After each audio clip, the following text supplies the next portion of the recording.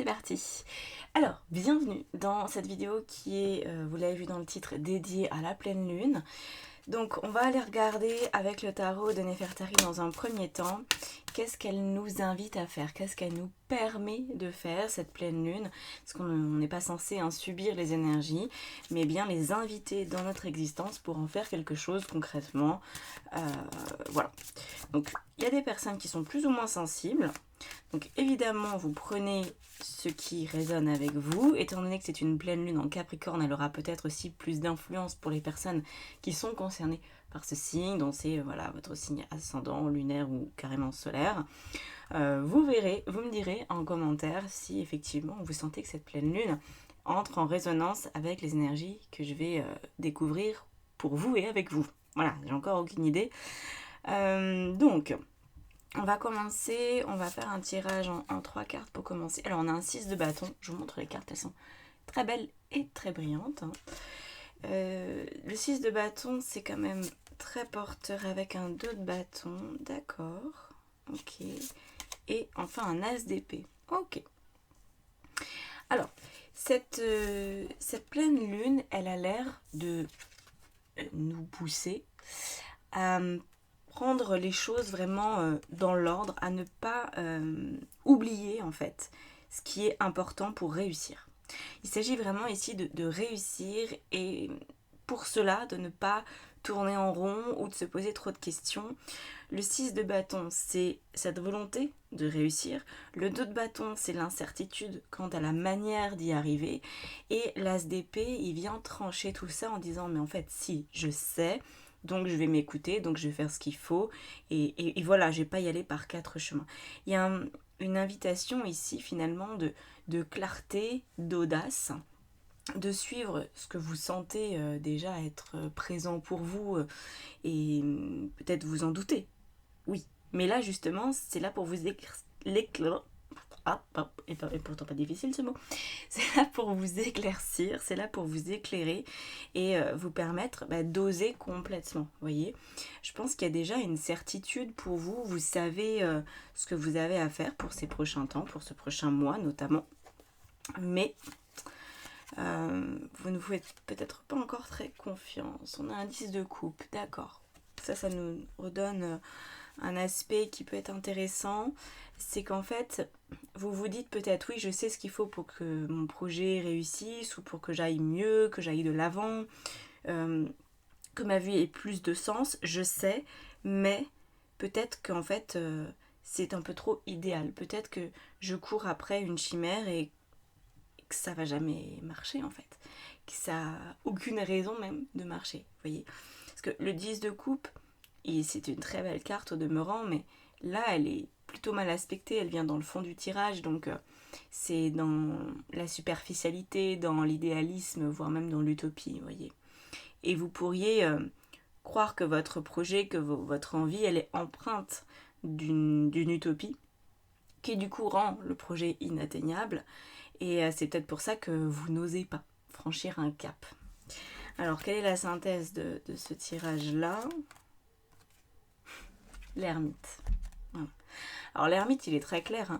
Il nous dit qu'en votre fort intérieur, vous savez. Voilà, il n'y a aucun doute possible en vrai. Vous avez une connaissance de vous qui, à ce stade, est suffisante pour franchir un cap, pour oser. Par contre, l'ermite, il nous dit que vous serez peut-être seul à y croire, effectivement. Et c'est peut-être ça qui est plus difficile. Peut-être que les autres vous renvoient que ce que vous souhaitez, c'est un petit peu inatteignable parce que c'est leur croyance à eux. Mais si vous faites fi de leur projection sur vous, qu'est-ce qui se passe ? Est-ce que là, vous retrouvez votre liberté à entreprendre votre vie à votre façon ? Je pense que oui. L'ermite, il fait son chemin dans son coin, il n'attend pas les autres, il n'a pas besoin de validation, il est suffisamment solide pour ça, donc voilà. On va rajouter du coup des cartes pour voir un petit complément d'infos. Loi de l'attraction.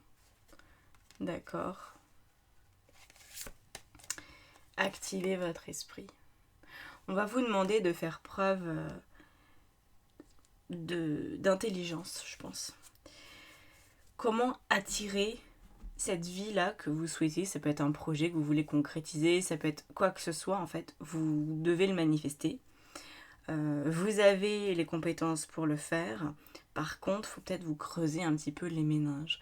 Je pense qu'il s'agit d'être malin plus que d'être intelligent, hein. On n'a pas besoin d'avoir un QI de 130 pour réussir sa vie. Encore heureux. Mais par contre, c'est pas une petite réflexion qui doit être menée. C'est quand même quelque chose d'assez abouti. Peut-être qu'il vous manque à ce stade des informations, qu'il vous faut creuser. Et que ça paraît peut-être pas si simple. Ou qu'il faut vous poser pour écrire, pour vider un petit peu toutes les idées que vous avez dans votre tête, pour après les organiser. On sent qu'il y a un effort, en fait, intellectuel à faire pour aboutir à une réussite. Et c'est comme ça que vous allez attirer les choses. Parce que vous savez, il y a une énorme différence entre les gens qui disent oui, je crois que mes rêves vont se réaliser, blablabla, bla, bla, bla, bla, et les gens qui disent oui, je crois que mes rêves vont se réaliser et qui s'y mettent. En vrai, le premier lot, à moins d'un énorme coup de chance, ce premier lot de personnes n'aura jamais la vie de ses rêves. Alors que l'autre a de beaucoup plus grandes chances d'y arriver. Donc il faut y croire, mais il faut aussi s'y mettre. Et c'est là-dessus, en fait, vous voyez, c'est ah bah oui, je sais que je peux perdre 5 kilos en faisant du sport. Voilà. Par exemple, si vous avez cette croyance, très bien. Mais si vous ne faites jamais le sport en question, si vous ne vous renseignez pas sur les activités sportives qui pourraient vous plaire dans les environs, vous voyez, donc y croire, c'est important. Avoir le bon état d'esprit, c'est primordial. Mais agir, c'est bien aussi. Et c'est là où je pense que pour vous, l'action que cette pleine lune vous propose d'initier, c'est une action de réflexion, de triturage de méninges pour réussir tout simplement à comprendre les tenants, les aboutissants de tout ça et à trouver les étapes qui vont vous permettre de manifester ce que vous voulez manifester. Alors on va avoir des conseils justement au-delà de ça. On va en prendre un seul, je pense, parce que là, il n'y a pas besoin de plus. Ah, ok. Ça, c'est pas mal, c'est intéressant. On a ici la carte du lien avec une vie intérieure. Donc, écoutez. C'est plutôt bon signe, parce que ça voudrait dire que si vous écoutez ce message aujourd'hui, vous avez la possibilité, en vous lançant dans ce projet, de régler une forme de dette karmique vis-à-vis de votre passé, que ce soit une vie passée qui vous est propre, si je puis dire, ou que ce soit lié à un héritage en transgénérationnel ou autre.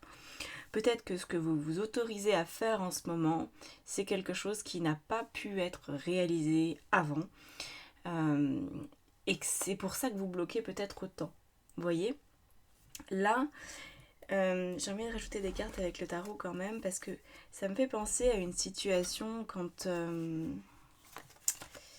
Attendez voir. On a la papesse. Ouais. La papesse, c'est pas mal quand même. Hein.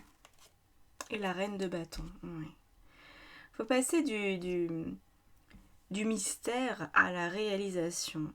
La papesse, elle sait, en son fort intérieur, elle sait toujours. Elle a une intuition extraordinaire, la papesse. Hein. Elle a beaucoup de connaissances aussi. Alors que la reine de bâton, elle se contente d'agir. C'est vraiment la femme qui entreprend et qui ne se laisse absolument jamais marcher sur les pieds. Elle a beaucoup d'audace, justement, beaucoup d'ambition. J'ai l'impression que c'est lié à ça, à de l'ambition. Que pour vous, à ce stade, aujourd'hui, ça vous paraît encore un peu délicat d'affirmer que vous souhaitez cette chose-là. Vous souhaitez voir ce projet se réaliser dans votre vie. Il y a une forme d'interdiction cachée qui doit être bien enfouie quelque part dans votre inconscient. Et justement, aujourd'hui, il est temps de faire...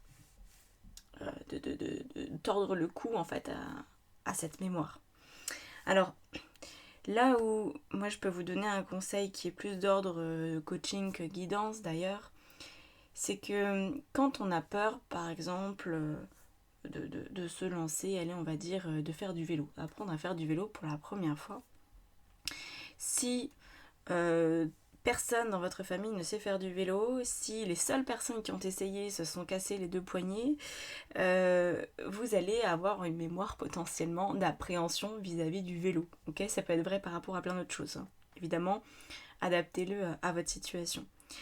Et du coup, il y a toutes ces peurs qui ont une part de vérité, parce que effectivement, il y a des gens qui, peut-être la première fois qu'ils ont fait du vélo, peut-être même la 20e fois qu'ils ont fait du vélo, ils se sont cassés un truc, ils se sont fait mal, ils se sont fait peur, etc. Mais il y en a aussi d'autres à qui il n'est rien arrivé de fâcheux. Et là, en fait, quand je vous parle de votre réflexion, c'est que c'est important de déterminer le vrai du faux et même d'établir, on pourrait aller jusqu'à établir des proportionnalités. Oui, j'adore les maths. Par exemple, vous pourriez vous dire, d'accord, 100% de ma famille a eu un problème en faisant du vélo, ou en gagnant de l'argent, ou en ayant des enfants, ou en faisant construire une maison. Adaptez-le à votre situation. Par contre, j'observe que dans d'autres familles, c'est pas du tout le cas. Dans d'autres familles, c'est plutôt 50% des gens qui ont eu des problèmes, ou 10%, ou même 5%. Ok. Donc, d'accord, je viens de cette famille, mais est-ce que ça me conditionne pour autant? Non. Avant d'appartenir à cette famille, je suis un être humain à part entière. Donc s'il y a d'autres êtres humains qui ont réussi, pourquoi pas moi? Et donc, ça doit pouvoir vous aider en réfléchissant. Il faut finalement vous mettre un petit peu d'eau froide dans la tête. Vous voyez, il faut diminuer l'intensité peut-être de la pression que vous vous mettez, du stress que vous vivez, pour voir les choses telles qu'elles sont vraiment, statistiquement. Et après, est-ce que vous êtes prête ou prêt à prendre un risque? Parce que oui, il y en a un. Potentiellement, vous allez monter sur le vélo, potentiellement, vous allez tomber. Mais en faisant la moyenne de tous les accidents, est-ce que, par exemple, la famille qui n'a jamais eu aucun accident, est-ce qu'ils ont un secret? Qu'est-ce qui fait que eux n'ont pas eu d'accident? Est-ce que c'est qu'ils se sentaient déjà confiants dès le départ et ça a bien aidé? Ou est-ce qu'ils ont mis en place des sécurités pour qu'ils apprennent les uns et les autres à faire du vélo sans tomber, ou tomber mais avec des amortis, etc. Donc il s'agit aussi de préparer votre chemin pour qu'en fait le risque il soit contenu, il soit maîtrisé. Et en réfléchissant, c'est pour ça que je vous dis de réfléchir, c'est qu'il faut établir une stratégie. Et pour l'instant, ce projet-là, il n'est pas soumis à réflexion, il est soumis à vos émotions, à vos appréhensions, à votre passé, à des liens karmiques, à des trucs un petit peu nébuleux et inconscients. Donc faut rationaliser les choses, il faut se raisonner. Donc c'est pour ça que vraiment, il y a besoin de faire preuve d'intelligence et de discernement. C'est bon, d'accord, dans ma famille, personne n'a réussi. Ils se sont tous gamellés. Mais moi, si j'adapte mon fonctionnement à la famille qui a toujours réussi à faire du vélo sans aucun problème, il y a de grandes chances que j'y arrive.